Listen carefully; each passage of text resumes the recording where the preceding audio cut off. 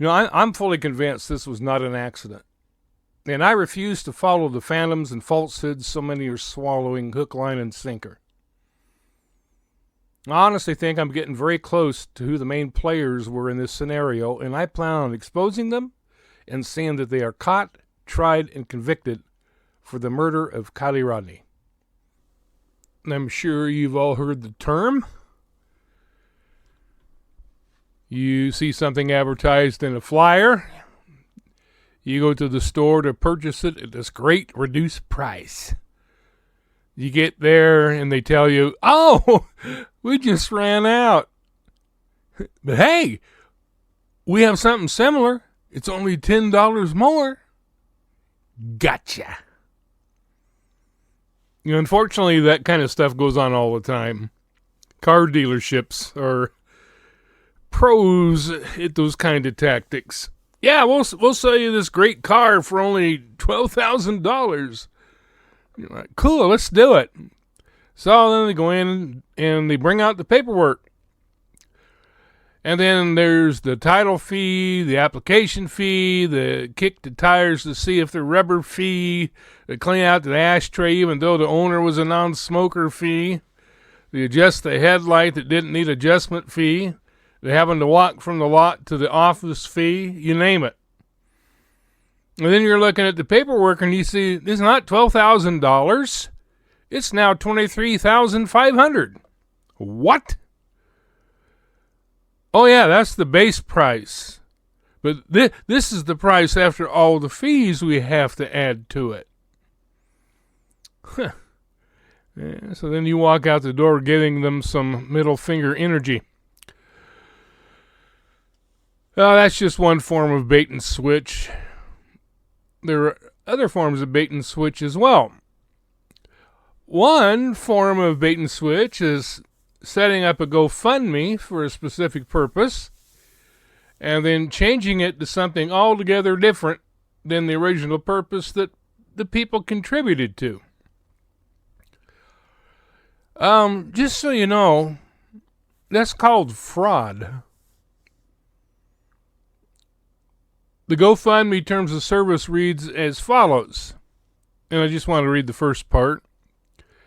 It says, you as a campaign organizer represent, warrant, and covenant that all information you provide in connection with a campaign is accurate, complete, and not likely to deceive reasonable users.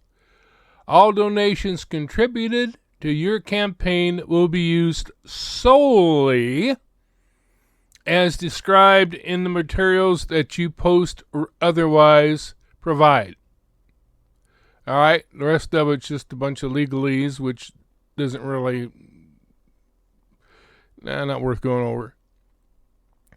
But their policy says, it says, in the rare instance that someone does create a misleading fundraiser with the intention of taking advantage of others' generosity, GoFundMe takes swift action to resolve the issue. Now, let's hope so. It says, our policy is simple and strictly enforced. It is not permitted to lie or intentionally deceive donors on GoFundMe for financial or personal gain. All right, now, let's say that a person sets up a GoFundMe for the specific stated purpose and then decides instead of sticking with the original stated purpose, they decide they want to keep the money rather than giving it to the person or persons intended. Now, would that be considered fraud? Would that be considered a crime? First of all, how does GoFundMe define fraud or fraudulent activity? Now, according to GoFundMe's site, they consider the following as fraudulent activity: breaking the law. Okay, yeah, duh. All right. Lying or being misleading about your identity as a campaign organizer or your relationship to the beneficiary of the funds. Posting misleading statements in the campaign description.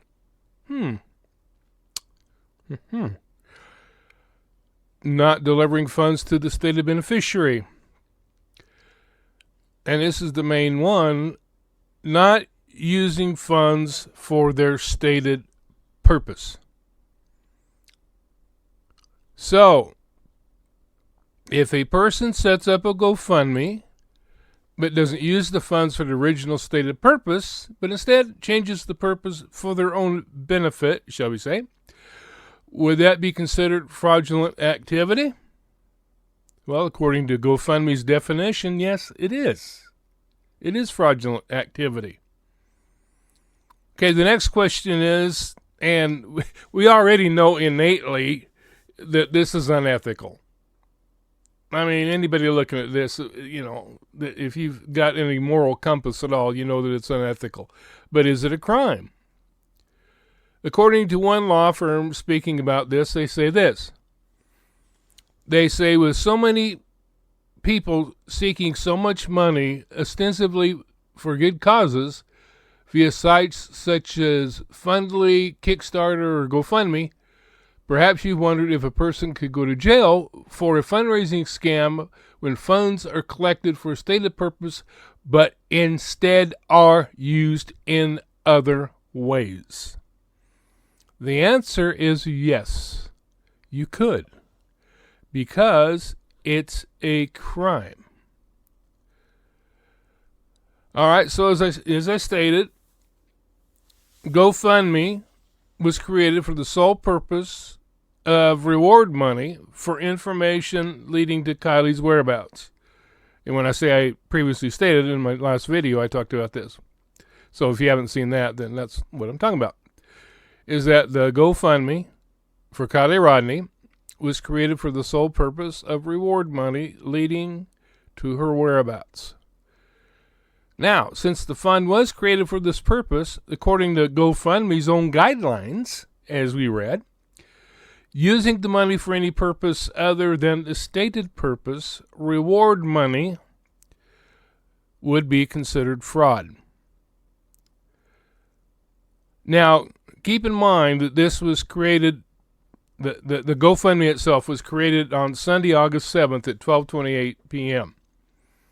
And then already, later that evening, on the same day, the person who created the GoFundMe, Amy Kirarte, Lindsay's real estate agent, started asking for more. Said we needed to increase it. Now, it's not unusual for a family to increase the reward in order to enhance the possibility of someone coming forth with information. Not unusual at all. But this is usually done after a reasonable period of time. Okay, so while that's not unusual, it is highly unusual to do it the same frickin' day. I mean, seriously. Here they posted the GoFundMe, and then in less than 8 hours after they started it, they're already trying to boost it up. And we know it was increased several times until they had a goal, of $150,000. We also know that when Lindsay heard that AWP was headed to Truckee to find Kiely, all of a sudden, it was changed from its stated purpose, reward money for finding Kiely, to something. They changed it to something else, which I don't remember, but then it ended up becoming support for the family of Kiely Rodni. So, Lindsay had no intention of giving that money to Adventures with Purpose, even though legally it's their money, because the original cause of the GoFundMe was for reward money. And so, according to the GoFundMe guidelines, as well as the laws of the state, this is fraud. And Squirrel Girl contacted Adventures with Purpose, and she specifically asked them if they'd received any of the reward funds. And they messaged her back and said they had not. Okay, now, while they don't do the work that they do for rewards, they do it free of charge. They don't ever charge families a dime. But since a reward was offered in this case, and they were the ones who found Kiely, they deserve the reward. Now, they're not going to demand it. They're not going to sue them for it. But the plain and simple fact is they earned it. And honestly, the lack of gratitude and the hateful, spiteful way AWP has been treated is just absolutely disgusting to me. And I know to many of you as well. And as many of you know, that Squirrel Girl started a petition which many of us have signed. And the petition requests that the money from the GoFundMe be given to its rightful owner, Adventures with Purpose, and is not to be used for Lindsay's personal gain. Now, at this point, Lindsay has filed a complaint against us, trying to get the petition struck down. She's doing everything she can to try to stop it and greedily pocket the money for herself. In fact, the last thing that she did is complained against the comments, and now they've taken the comments out of it, out of the petition. They've removed them from the petition because a family member filed another complaint. Gee, I wonder who that was. People, I don't care what anybody says. A lot of you people want to try to defend her. Shit. Y'all are nuts. She's evil. She's committing fraud. The things that we've seen her do, only an evil person would do, plain and simple. And we are under attack right now. We are. Folks, it's just a matter of principle. It's a matter of doing what's right. That money does not belong to her. That money should go to AWP. You know, someone might argue, well, AWP, they already got a ton of money. They don't need it.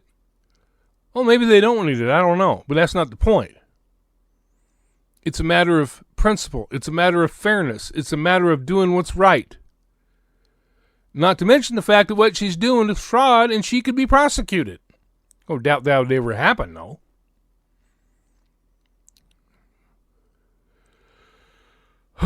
Anyway. Yeah, I'm a little fired up about this, and I'm sure you couldn't tell. I mean, this whole thing is, to me, has become a three-ring circus without a ringmaster. And I'm getting frustrated with people chasing all these rabbits down dead-end holes, and it's like a lot of people can't see what's right in front of them. Instead of believing what makes sense, they'd rather run off to some new theory that's more exciting or whatever. Yeah, and then you have all these people now, as it gets closer to November 1st, you have all these people now coming out of the woodwork. All these people suddenly stepping forward. Yeah. But if you notice, every one of them that's coming out of the woodwork is propagating the accident scenario. How many of these new voices is coming out saying they suspect Kiely was murdered? If you've seen any, let me know, because I haven't seen any. None of these new ones. All of them are pushing Lindsay's narrative. All right, now, look, I'm not saying that I was giving up. I still plan to stick around and try to ensure that Kiely gets justice. I still remember the dream that I had that I talked about in one of my other videos, where I dreamed that she asked me, help me. And in that dream, I promised her that I would. And I plan on keeping that promise. But I have to tell you, I'm getting a little burnout on all of this, especially since it's become such a cluster. I mean, it's gotten beyond crazy, and too many people are not willing to listen to reason or use good common sense, at least in my view. And a lot of you, my viewers, they're not among that group. Most of the people that comment on my videos are along the same mindset as me. And you've stayed level-headed and you've tried to look at facts instead of chasing phantoms. So, like I said, I was going to make a short video. My original intent, I was going to make a short video saying that I was stepping back for a while. I just felt like it was futile right now. But then I got to thinking about the news that surfaced last night about this father of Nate H., Robert Hambrecht. This very powerful family in the Truckee area. In fact, Robert's father, William, is even a bigger wig and even a more powerful figure. Now, I don't know whether this is true or not. This is something that I read or heard. Somebody posted. I don't even remember where I saw it. So I don't know if this is true or not. But somewhere it said that 78% of the people in Truckee, or in, I can't remember if it's a Truckee or Truckee area, that area around there, but 78% of the people believe that Kiely's death was foul play. But they're afraid to come forward and say anything. Now, I think you'll agree with me that someone would have to have a great deal of power to have that kind of sway over people. I mean, there's something or someone they're afraid of that's keeping them from coming forward to tell what they know. And I think that this might be the reason that the parents told their kids not to get involved, to keep their mouths shut. Now, the more I think about this, the more that there is one red flag that just keeps bugging me. It jumped into my head and it won't go away. I have to ask myself, why would the parents tell their kids to keep quiet if it was just an accident? Why would they tell their kids to keep quiet if it was just some random kid that did something? Why would they tell their kids to keep quiet unless it was somebody prominent who was involved? Now think about that logically with me for a minute. Who was it that Kiely was dating right before her death? It was Nate H. Now, who is Nate H.? It is Nate Hambrecht, the son of Robert Hambrecht. Now, think back to Nick the service driver's encounter and the description he gave of the young man who was with Kiely. And keep in mind, and a lot of you haven't seen this, but in the members only video that AWP released, Nick specifically said that the young woman introduced herself as Kiely. And people don't listen. They keep saying, well, I never saw that. Well, yeah, unless you looked at the members only version of the video, you didn't see it. All right? But it was in the members only. All right, anyway. What was his description? He said it was a tall, slender kid with a San Francisco Giants baseball cap, a black SF Giants baseball cap, and brown hair sticking out of his underneath the cap a little.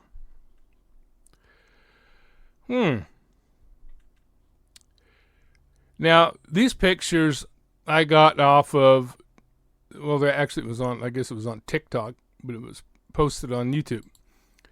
But I find it really interesting. If you Google his name, if you Google Nick Hambrecht, you don't find any current pictures of him at all. Now, there was one picture of him possibly posted by his family, I don't know, which is, you'll see him there with the deer that he got. All right? And that looks like it definitely an older picture because his hair ain't that short anymore. And then there's another picture from someone named R. Jean's Twitter account, which may or may not be him.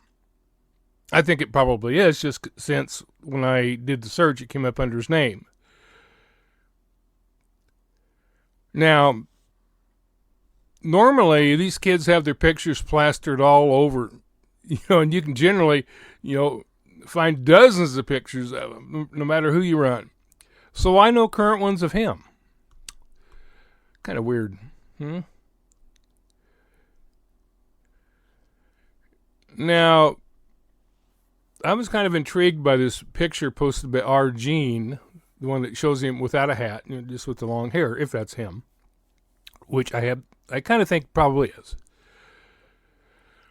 Anyway, I got kind of intrigued by this picture, so I started looking at some other things that she posted on Twitter. And I actually found it quite revealing. In fact, it really makes me wonder if she posted the picture of him and the other things she posted to try to say something without coming right out and saying something. All right, so let's look at some of the other things that she posted on there. And I imagine you're going to find this quite interesting. I know I sure did. All right. And by the way, also keep in mind that she posted all this right along with the things that she was posting about Kiely. The picture of Nate there, if that is Nate, that was posted along with the other stuff that she'd posted about Kiely. So, was she trying to tell us something? Look at this. Lake Tahoe killings. She posts that. Look at where she drew the arrows. Okay, where she drew the arrows. Hang on, this thing is okay. Hang on. I got this page is scrolling on me, and I don't know why. Okay, it's the devil. Okay, let's see here. All right, let's get back here. Okay. Says the body had been weighted down with chains and binding material, and the cause of death appears to be a ligature strangulation, with the time of death being estimated at 6 to 8 weeks prior to her body being found, according to the release. Okay, the next thing that she has an arrow drawn. She had a cord tightly wrapped around her neck. I think it's 2 times. The arrow's in the way. 2 times, and the coroner could not rule out the fact that she may have been bound together with, I guess, this other chick, Marilyn Putt, according to the police. The cause of death appears to be ligature strangulation, with the time of death being estimated at 6 to 8 weeks prior to her body being found. All right, now the next thing. Investigators believed both victims were kidnapped. Now notice she has an arrow pointed right to that word. Kidnapped and held captive for approximately 3 months in an unknown location. I can't read that. Something between South Lake Tahoe and Placerville. All right. And then she also, look what she points to.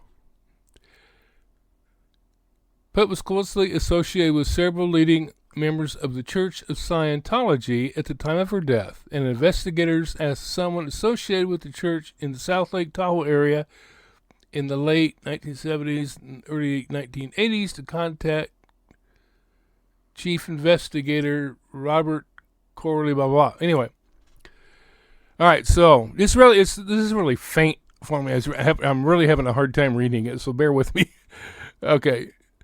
All right, then a post on medium.com, which Robert Hambrecht is a part of. He's got a post on there.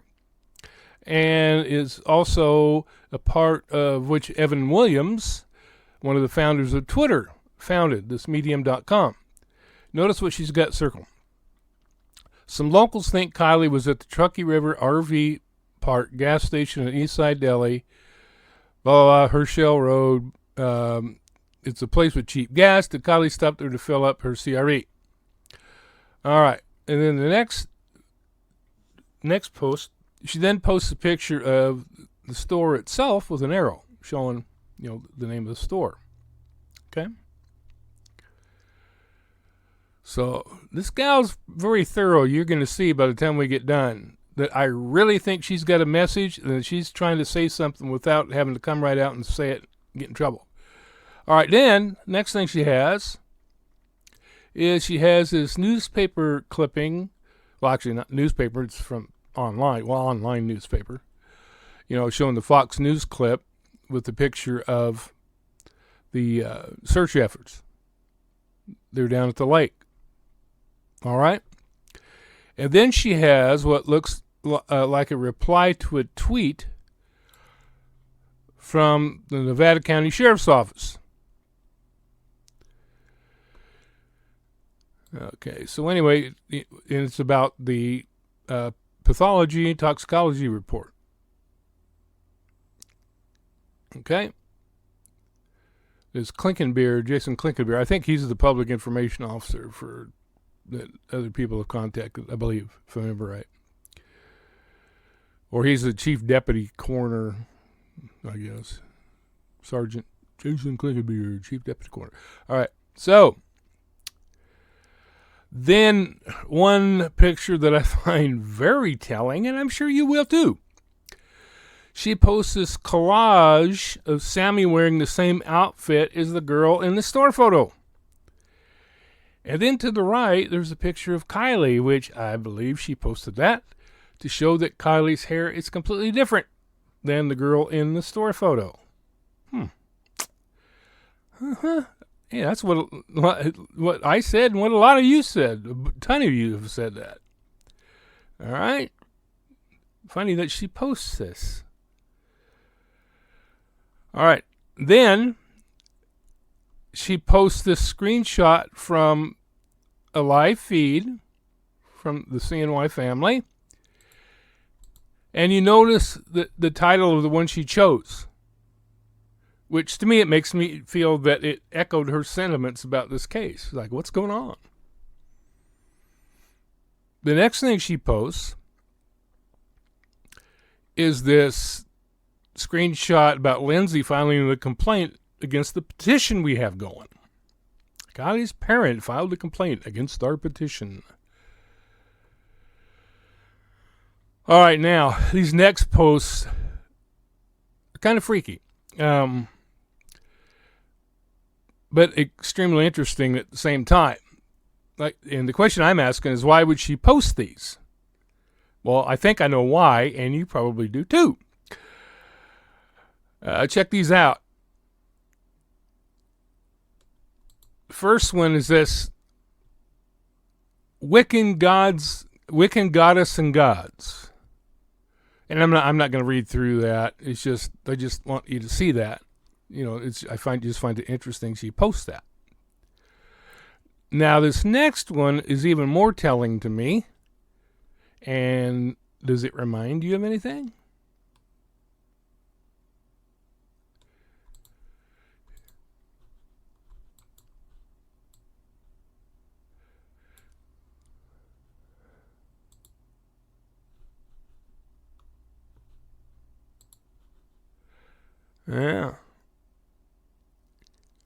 Yeah, oftentimes a Wiccan funeral will be held in a forest, garden, or seaside location in order to ensure a peaceful transition. All right.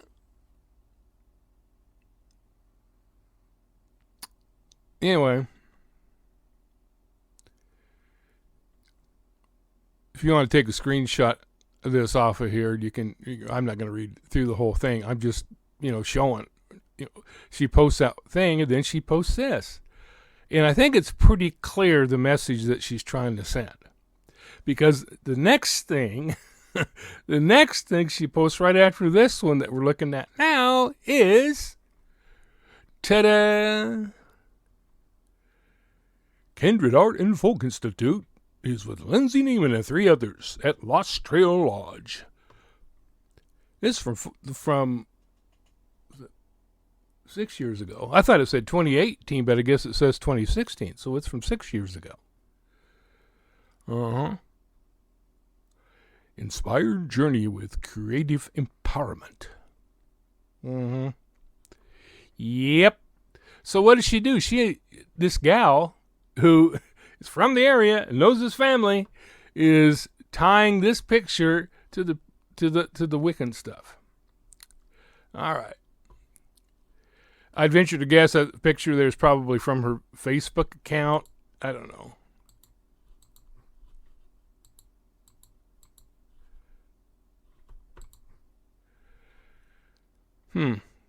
I find it interesting that she ties all that together.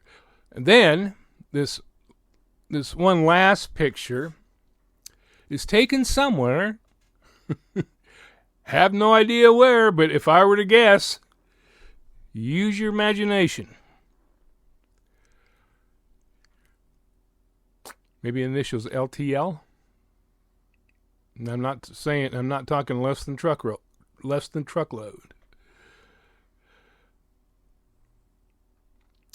Folks, I think this is obviously more than just a coincidence. There's a reason this gal posted all these things and why she chose specifically what she chose. And I think she posted these things here as a cry for us to pay attention, or for someone to pay attention. I think the fact that she posted stuff off of YouTube, probably to get our attention. Because all this was linked back to that picture of the boy with long hair, which came up when I did the image search for Nate Hambrick. Like I say, I don't know, I can't tell you 100% that image is of him, but that's what came up when I did the search, and then it led back to all these other screenshots that I just showed you. So, what does all that mean? Well, a while back I did a video entitled, Was Kiely Pregnant? And that was in reference to the report on the death certificate saying the results were unknown or inconclusive. And that was because the body decomposition coupled with the effect of being in the water for 2 weeks would have made it virtually impossible for a yes or no answer to be conclusive. Also, the thought that just popped into my head, what better way of making sure that the body couldn't show something like that than to put it in the water? Just saying. So, I bet you know where I'm going with this already. Think back to the description of the young man Nick, the service guy, described as being with her. Now, if that was Kiely with him, which I fully believe it was, did she have a reason to be scared? Is there the possibility that Kiely indeed was pregnant and had revealed that to him? Keep in mind, if this young man was Nate, this is a very, very prominent family there. Powerful family. This is a family who would be highly embarrassed if their son had impregnated the 16-year-old girl. So, being an ex-cop, I have to ask this question. Did she tell him she was pregnant? Did they discuss doing away with the baby? Now, I'm not saying this is the case, but as a cop, with anything that's possibly foul play, you have to establish a motive. First order of business, people. You're not ever going to get a conviction without a motive. Now, personally, I don't think she OD'd on anything. I don't think she drove into the lake. I don't believe she took her own life. The fact is, there was a reason she avoided the guy she was with and he kept chasing her around the car to keep her from talking to Nick by herself. He'd go to one side, she'd run to the other side. He'd come over there, she'd run back to the other side, constantly trying to stay away from him. And I don't think it was to hide a body in the back. That makes no sense. Now, I believe that this could be a very feasible explanation why the families are so scared. This could be the reason that the other kids were told not to speak up. I know there have been a lot of people who have gone over the page The Truckee Way from Truckee's website, so I'm not going to go over it in great detail here. It's there for anybody to read on the city website. But I do want to read just a couple of excerpts from that document which I think are very pertinent. All right. First one says, everyone working for the town and making decisions is committed to a no surprises policy. Early warning of potential problems or upcoming issues is mandatory. All right. Next statement.